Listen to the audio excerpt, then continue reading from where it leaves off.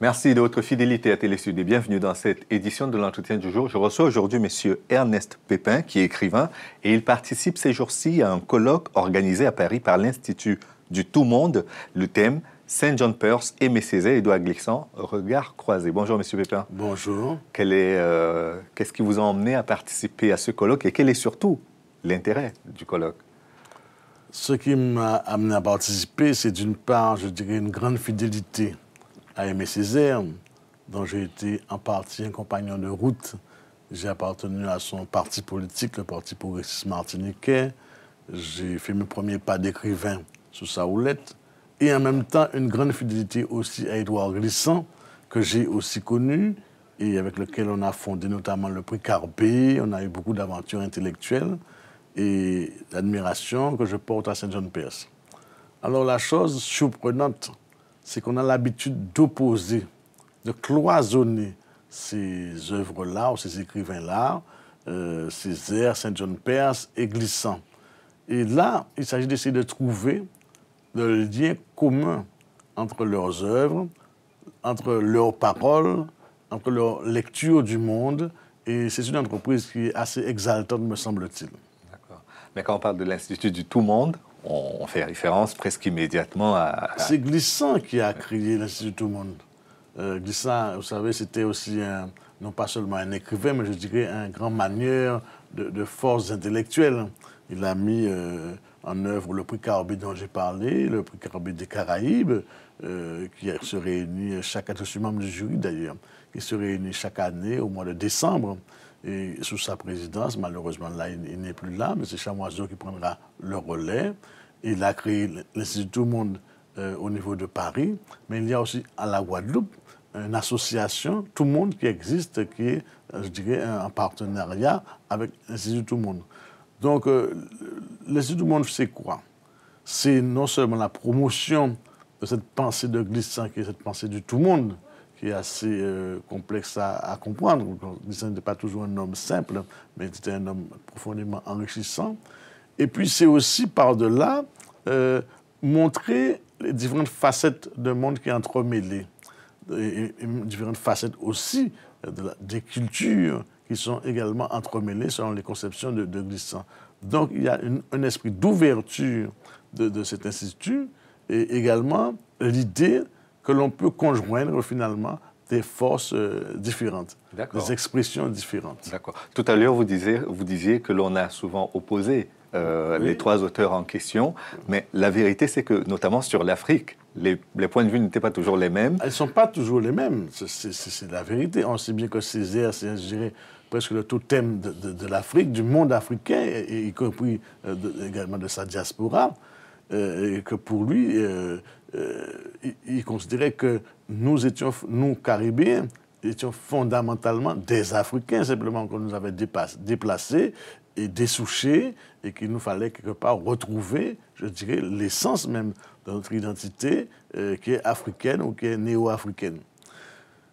Je pense, Saint John Perse n'a pas du tout parlé de l'Afrique, et pour cause. Mais il a quand même une lecture du monde qui serait plutôt, entre guillemets, la lecture impériale d'un Occident qui se déploie et qui se réalise sur des terres différentes. Pour ce qui concerne Glissant, les choses sont plus compliquées. On dit que Glissant a été l'élève de Césaire. Glissant a eu le souci, non pas de dire que nous sommes partis de l'Afrique, mais le souci de dire que sommes-nous devenus depuis que nous sommes dans ces îles-là. Et qu'est-ce qu'il découvre? Il découvre que finalement, nous sommes devenus un mélange. Nous sommes devenus un croisement, un emmêlement, et que ce que nous sommes, bien, c'est une sorte de préfiguration de ce que va devenir le monde, comme rencontre avec Internet. D'où l'Institut du Tout-Monde. L'Institut du Tout-Monde, effectivement. Et d'où même aussi cette conception qu'il avait du Tout-Monde, que les gens ne pouvaient pas comprendre. Pourquoi on dit Tout-Monde alors qu'il y a la mondialisation? C'est que justement, lui, il reste dans le domaine culturel. Et ce qu'il pense, c'est que le monde est en interaction. Le monde a de multiples polarités qui interréagissent les unes avec les autres et qui créent des réalités nouvelles, différentes et, disait-il, je le répète là, imprévisibles et imprédictibles. C'est-à-dire qu'on ne sait pas véritablement ce que cela va donner, en tout cas au niveau de la culture. Mais je m'aperçois que les jeunes ont quelque part bien compris cela, sans le théoriser. Parce que font les jeunes? Ils mélangent les musiques. On peut trouver un rythme ou un air où il y a du rock, où il y a finalement du reggae, il y a... Vous prenez les Cassaves, ça a été ça déjà. Ça a Hein? été ça déjà, par exemple. Donc, en littérature aussi, il y a une sorte de rôle de littérature qui est en train de se mettre en place. Et on s'aperçoit que de plus en plus, il n'y a ni centre, ni périphérie, mais qu'on est dans le tout-monde, justement. Mais est-ce qu'en étant dans le tout-monde, on n'a quand même pas besoin d'avoir des racines bien ancrées quelque part? Il ne s'agit pas de ne pas avoir de racines. Bien que Glissant était un peu, je dirais, hostile en allant un peu fort à la notion de racines. Mais il ne s'agit pas de ne pas avoir de racines. On est d'un lieu, on est de quelque part, on est également d'une culture. Mais il faut comprendre que cette culture-là même, ou même ce lieu-là, que nous fétichisons, c'est de ne pas fétichiser justement, eh bien, il est lui-même le produit d'un mélange. Nous le croyons stable, nous le croyons immuable, nous le croyons de toute éternité, alors qu'en fait, il est le résultat d'une transformation. Il sera encore le résultat d'une transformation. Et c'est cela qu'il faut comprendre. Il voulait qu'on comprenne bien les mouvements du monde, qu'on comprenne bien les agissements, finalement, qui peuvent s'opérer d'un point à l'autre des cultures. D'accord. Jusque dans les années 90, et je crois qu'en 2000, on en parle encore, il y a cette théorie du choc des cultures qui a souvent été évoquée. À l'Institut du Tout-Monde, quelle vision, quelle lecture en avez-vous? Je n'ai pas entendu parler de choc des cultures. Au contraire, Glissant, c'est tout le contraire du choc des cultures. C'est la mise en relation. Le terme magique de Glissant, c'est la relation. Comment finalement on va essayer... Parce que, pour bien comprendre le problème, il y a le problème de l'Occident. L'Occident a installé son hégémonie sur le monde, hégémonie économique, hégémonie culturelle, et une conception également du progrès, une conception également de l'histoire en flèche, disait Glissant, alors que Glissant battait en brèche toutes ces conceptions-là. Il voulait casser toutes les frontières artificielles, justement, qui créent des chocs de culture. Toutes les conceptions fixistes qui peuvent créer des chocs de culture. Mais au contraire, considérer le monde comme une totalité en relation, et qui a toujours été en relation. Moi, je me souviens, pour ce qui concerne l'Afrique, je ne connais pas les détails de l'histoire, mais peut-être qu'aujourd'hui, des gens qui sont en Afrique du Centre étaient en Afrique du Sud, il y a peut-être 1000 ans. Oui, c'est vrai qu'il y a eu beaucoup de migrations. Il y a des migrations. J'ai même inventé, c'est prétentieux. Quand on a parlé de métissage, on a considéré que ça ne concernait que les Caribéens, que les Antillais en particulier, mais que les Caribéens d'une manière plus générale. Mais je disais, mais non.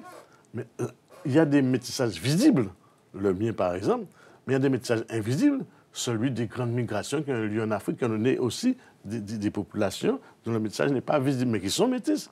Quand on a une mère sénégalaise, un grand-père africain du Sud, oui. togolais, etc., on est, d'une certaine manière, culturellement en tout cas, un métis. Donc c'est ça que sont ces phénomènes-là, sur lesquels on ne s'est pas polarisé parce que c'est là que Césaire avait raison. Dans un premier temps, il fallait bien sûr combattre l'enfermement dans lequel on avait mis le noir, et il fallait par conséquent définir son identité à partir d'un point d'ancrage. Donc l'Afrique, mais la pensée a évolué, elle devient plus complexe, et cela aboutit au tout-monde de Glissant. Donc le tout-monde n'est pas en rupture avec la négritude? Pour moi, non. En tout cas, dans ma conception des choses, non. Je me suis toujours battu. Je pouvais aller sur Internet. J'ai des textes que j'ai d'ailleurs prononcés en africain ont été appréciés, au Bénin notamment, en disant que je n'oppose pas négritude et créolité. Ce sont des temps différents de la pensée. Ce sont des avancées, je dirais, différentes également de la pensée.